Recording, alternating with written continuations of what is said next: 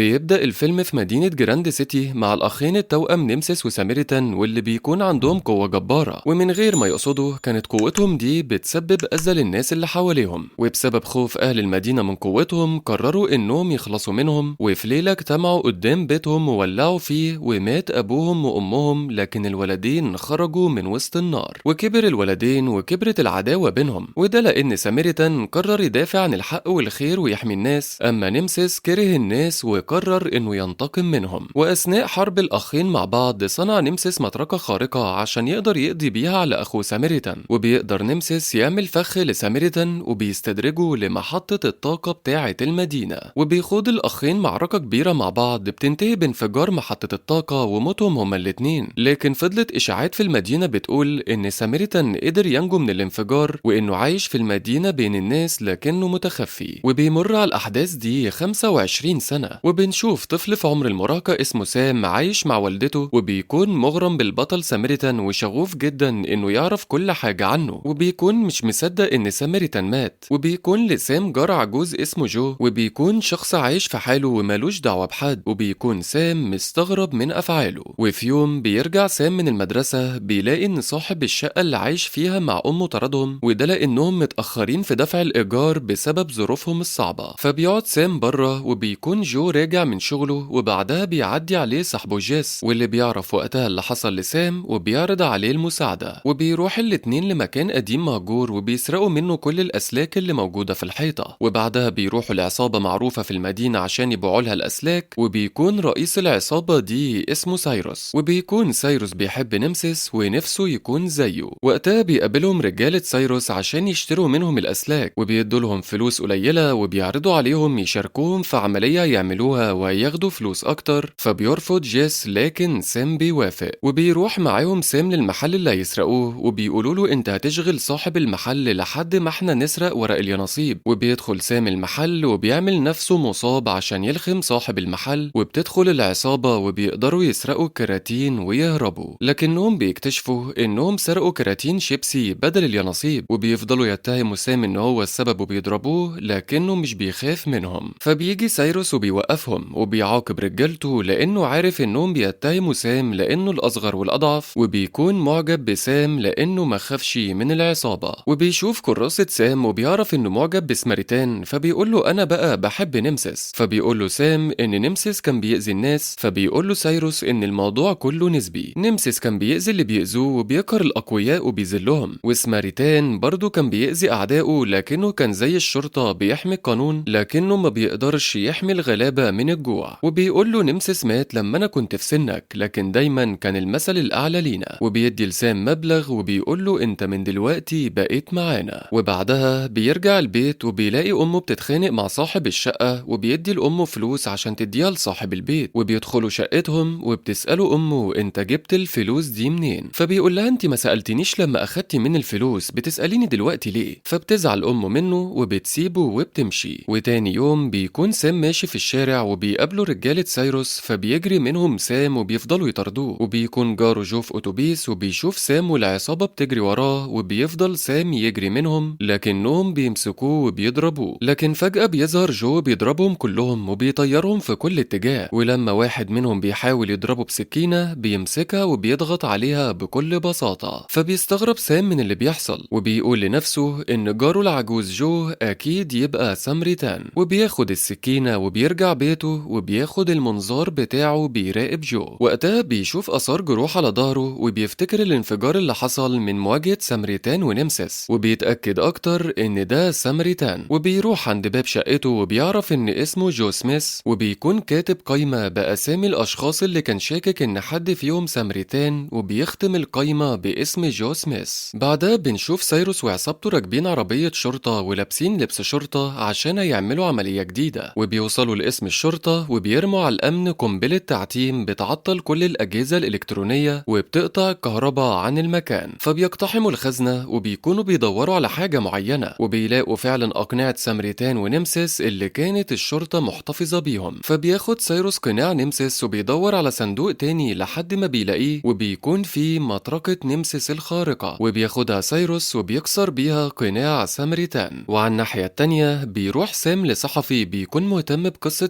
سامريتان ومؤلف عنه كتاب، فبيقول له سام أنا لقيت سامريتان، لكن الصحفي بيقول له أنت قلت لي على كذا حد قبل كده إنه سامريتان، لكن سام بيقول له المرة دي أنا متأكد. فبيقعد معاه وبيحكي له عن جاره جو وعلى إنه قدر يضرب أفراد العصابة لوحده وإنه في ظهره آثار حروق، وبيوري له كمان السكينة اللي قدر يتنيها بإيده. لكن الصحفي بيقول له كل ده مش دليل على حاجة، ولازم يكون في دليل مؤكد إن ده سامريتان. وبيقرر سام إنه يراقب جاره جو، وبيشوفه جو مش بيهتم وبيسيبه وبيمشي، وبيقدر سام إنه يدخل شقة جو وبيفضل يدور في الشقة. وساعتها بيلاقي دوسيه فيه معلومات وأخبار وحاجات كتير تخص سامريتان، فبيتأكد أكتر إن جو جاره هو سامريتان، وبياخد الدوسيه وبيرجع لبيته بيخبيه تحت سريره. وبعدها بيرجع جو البيت ومش بيلاقي الدوسيه، فبيروح لشقة سام وبيقول له أمه ابنك سرق مني حاجات تخصني، فبيديله سام الدوسيه وبيعتذر، وبتعتذر أم سام لجو وبتترجاه ما يبلغش الشرطة، وبيوافق وبيسيبها وبيمشي. وتاني يوم بيتقابل جو مع سام في الشارع وبيقول له سام أنا كنت عايز أتأكد إذا كنت أنت سامريتان ولا لا، فبيقول له جو إن سامريتان مات وأنا مجرد عامل نظافة ومعجب بسامريتان زيك، عشان كده بحب أجمع كل حاجة تخصه، وبيسيبه وبيمشي. فبيزعق له سام وبيقول له أنا مش مصدقك. وفجأة بتخبط جو عربية سايقها رجالة سايروس اللي كان جو ضربهم قبل كده عشان ينتقموا منه، وبيطير جو وبيقع على الأرض. فبيتصدم سام وبيجري على جو اللي بيكون ما بيتحركش، لكن فجأة بيفوق جو وبيبدأ يرد عظمه اللي اتكسر لمكانه مرة تانية. وطبعا سام لما بيشوف ان الخبطة الشديدة دي ما موتتش راجل عجوز زي ده وانه قام وقف تاني، بيتأكد 100% انه سامريتان، وبيقول له كنت عارف من الاول انك هو، وبيكون مبسوط جدا وبيمشي معاه. وبيكون جسم جو بيطلع دخان وبيقول انا محتاج مية. واول ما بيوصلوا شقته بيدخل تحت الدش بسرعة وجسمه بيطلع دخان كتير جدا، وبعدها بيقعد ياكل كمية كبيرة من الايس كريم. وبيسأله سام عن السبب، فبيقول له علشان ابرد حرارة جسمي، وده لاني لما بتعرض لاي اذى جسمي درجة حرارته بتعلى بعد ما بيعالج نفسه، ولو ما بردتوش على طول قلبي هينفجر. فبيقول له سام وده معناه انك مش بشري عادي، يعني انت سامريتان، لكنه بيقول له انت موهوم. وقتها بتكون عصابة سايروس بتجهز خطتها وبيرموا قنبلة في شارع وبتنفجر وبتعطل كل حاجة. وبيلبس سايروس قناع نمسس وبياخد في ايده المطرقة وبيقف يكلم الناس اللي بتتجمع في الشارع، وبيقول لهم انا البطل نمسس ورجعت علشان انصر المظلومين والمقهورين في المدينة وارجع لهم حقوقهم، وهنعمل ثورة ونرجع السلطة ليكم ولكل الضحايا في المدينة.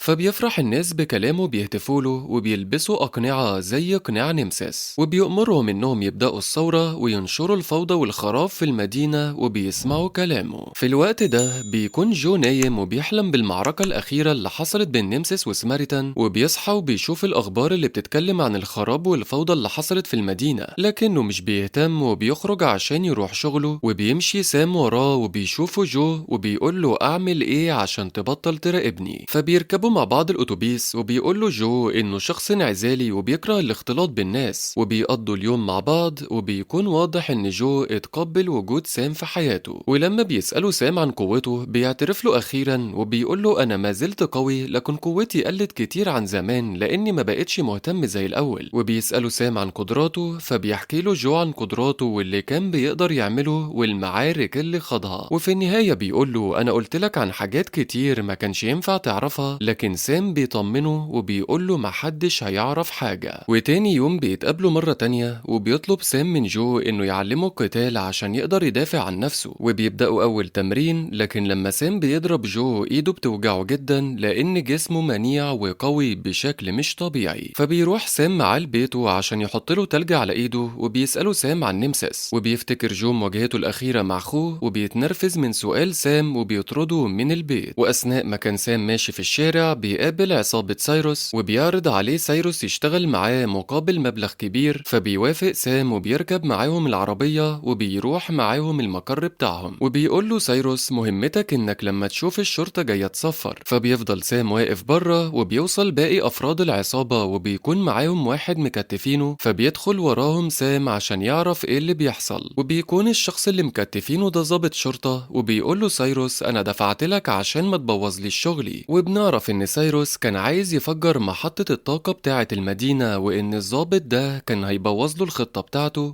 بيهددوا سايروس إنه ما يوقفش في طريقه مرة تانية وبيفكوا عشان يمشي لكنه بيقتله. وبيكون سام شايف كل ده وبيتصدم من اللي حصل وبيسيب المكان وبيهرب. وساعتها بيشوف أفراد من العصابة وهم بيضربوا صاحبه جيس، فبيضربهم وبينقذ صاحبه منهم، لكنهم بيتجمعوا عليه وبيضربوه بدل صاحبه، وبعدها بياخدوه عشان يودوه بيته. وبتكون الفوضى في كل مكان في المدينة. وبعدها بيوصلوا بيه عند بيته، لكن بيتفاجئوا ان جو لسه عايش وشايفهم، فبيخافوا بيسيبوا سام وبيطلعوا يجروا. فبياخدوا جو بيوديه المستشفى، وبتيجي امه تسأل عن اللي حصل لسام، فبيقول لها جو ان في شباب ضربوه وبتلومه انه ما قدرش يدافع عنه. في الوقت ده بيرجع افراد العصابة لمقرهم وبيقولوا ان العجوز اللي ضربوه بالعربية لسه عايش، وبيحكوا لسايروس عن جو وانهم ضربوه بعربيتهم ضربة مميتة لكن مع ذلك ما ماتش. فبيستغرب سايروس من اللي قالوه وبيطلب منهم يجيبوا له جو. وبعدها بيكون جو راجع لبيته وافراد العصابة ماشيين وراه، فبيوقفوه بيقولوا له ان زعيمهم عايزه، لكنه طبعا بيرفض وبيحذرهم. وفجأة بيضربهم كلهم واحد ورا التاني، فبيضربوا واحد منهم بالرصاص لكنه مش بيأثر فيه، وواحد تاني بيضربه بسكينة لكن جو بيحدفه بعيد. وبيكونوا الناس في الشارع بيشوفوا اللي بيحصل. وفجأة واحد من العصابة بيرمي قنبلة وبينط جو بسرعة وبيقلب عربية بإيده عشان يحمي طفلة صغيرة من الانفجار. وطبعا الناس في الشارع بيشوفوا كل ده وبيصوروه، وبيهرب جو بسرعة أول ما الشرطة بتوصل. وبعدها بيرجع لبيته وبيلم هدومه عشان يسيب المدينة، وبتكون الأخبار بتتكلم عن اللي حصل. وبيجيله سام وبيقوله إن سايروس ناوي يدمر محطة الطاقة وإنت الوحيد اللي تقدر توقفه. فبيقوله جو اتصل بالشرطة وبلغهم. فبيتعصب سام وبيقوله انت زي سايروس بالظبط وبيسيبه وبيمشي. وفي نفس الوقت واحد من رجالة سايروس اللي كانوا بيتخانقوا مع جو بيروح لسايروس وبيقوله على اللي حصل، وبيفرجوا على الأخبار اللي بتذيع اللي حصل وإن سامريتان رجع. فبياخد سايروس رجالته وبيقتحموا شقة جو، لكن الشقة بتكون فاضية. وساعتها بيشوف سايروس من الشباك سام وأمه، وبيقرر يستخدم سام طعم الجو وبيقول لرجالته يجيبوه. وبيحاول سام وأمه يهربوا لكن العصابة بتطاردهم لحد ما بيمسكوهم. وبيوصل سايروس وبتقول له أمه انت عايز ايه من ابني؟ فبيقول لها اتكلم معاه وبياخده من أمه. وبيقول له سام ان جو هيجيلك وهينقذني منك، وبيرد سايروس انا عايزه يجيلي. وقتها بيكون جو في محطة القطر عشان يسيب المدينة، لكنه بيكون متردد اذا كان يمشي ولا لا. وفي النهاية بيقرر يرجع لسام. فبيروح له البيت وبيلاقي ام سام وقع على الارض وبتقول له انهم اخدوا سام. ولما بيسألها هم مين بتقول له عصابة سايروس. فبيقرر انه يروح ينقذه وبياخد الشاحنة بتاعته وفيها براميل وقود وبيروح للعصابة. وبيكونوا ساعتها بيجهزوا خطتهم لتدمير المدينة، وبيقتحم عليهم جو مقرهم بالشاحنة. وهنا بيخرج من الشاحنة وبيحصل قتال بينه وبين العصابة، ومش بيكون حد منهم قادر عليه ولا حتى رصاصهم بيأثر فيه. وبيتجمع كل أفراد العصابة حواليه بسلاحهم، وبيفضل هو ينادي على سام. فبيخرج سايروس ومعاه سام وماسك في ايده المطرقة، وبيقول له اهلا برجل الخير سامريتان. فبيقول له جو سيب سام يمشي ونصفي حسابنا انا وانت سوا. فبيقول له سايروس مش هيمشي غير لما يشوف بطله وهو بيموت، وبيضربه بالمطرقة. فبيقوم جو وبيضربه سايروس تاني، وبيسخر سايروس من جو وبيقول له قوم يا رجل الخير. لكن جو بيمسك المطرقة وبيقول له انا مش الخير. وساعتها بيفتكر المعركة اللي حصلت مع اخوه، ووقتها سامريتان كان هيقتل نمسيس وما قتلوش وسابه، لكنه وقع وحاول نمسيس انه ينقذه لكنه بيفلت منه وبيقع في النار وبيموت. وبتكون المفاجأة ان اللي مات هو سامريتان وان جو هو نمسيس. وبنرجع لمواجهة جو سايروس، وبيكون جو غضبان جدا وبيقول انا الشرير. فبيتصدم سايروس وسام ان ده يبقى نمسيس، وبتتفجر براميل الوقود اللي في الشاحنة، وبياخد جو المطرقة وبيضرب فيهم كلهم. وقتها بيروح سايروس وبياخد سام وبيطلع بيه السطح، وبيفضل جو يواجه رجالة سايروس وبيضرب فيهم واحد ورا واحد لحد ما بيوصل للسطح وبيدور على سام. وبيكون سام مربوط بحديد والنار حواليه من كل حتة. فبيشوف جو بيروح له، لكن فجأة بيظهر وراه سايروس وبيحصل بينهم قتال عنيف جدا. وبيبدأ جو يتعب وجسمه بيسخن وبيطلع منه دخان، لكنه بيقدر يقوم ويكمل قتال مع سايروس، بس بيكون هيقع في النار. ساعتها بيقدر سام يفك نفسه وبيروح يضرب سايروس، بس سايروس بيمسكه وبيكون هيقتله. وده بيخلي جو يغضب وبيقوم بسرعة وبيضرب سايروس وبيقدر يشيله ويرميه في النار. وبعدها بيتعب وبيقع على الأرض ودرجة حرارة جسمه بتزيد، وبيروح سام بسرعة وبيكسر ماسورة مية عشان عشان يبرد جسم جو وينقذه. وبيقوم جو وبيكون النار حواليهم في كل مكان، فبيشيل سام وبينط بيه لمبنى تاني بعيد عن النار. ولما بيقوموا بيكون سام زعلان ان جو طلع نمسيس مش سامريتان، وبيقول له جو انه فعلا نمسيس وان موت اخوه اثر فيه وخلاه يتغير، وبيفهمه ان كلنا جوانا الخير والشر واحنا اللي نقدر نختار الطريق. وبيقول له انا عارف انك هتختار الطريق الصح، وبيسيبه بيمشي قبل ما الشرطة توصل. وبعدها بيخرج سام وبيسألوه عن اللي حصل ومين اللي انقذه، فبيقول لهم ان سامريتان عايش وهو اللي انقذني، وده عشان الناس يفضل عندها الامل ان سامريتان موجود وان الخير والحق هم اللي بينتصروا. وبيكون نمسيس واقف مع الناس وشايف اللي حصل، وبعدين بيمشي عشان يعيش في مكان تاني. وهنا بيخلص الفيلم. ما تنساش تعمل لنا لايك وسبسكرايب وتفعل زر الجرس عشان تشاركنا في كل جديد، ويا رب تكونوا استمتعتوا معنا. شكرا ليكم، سلام.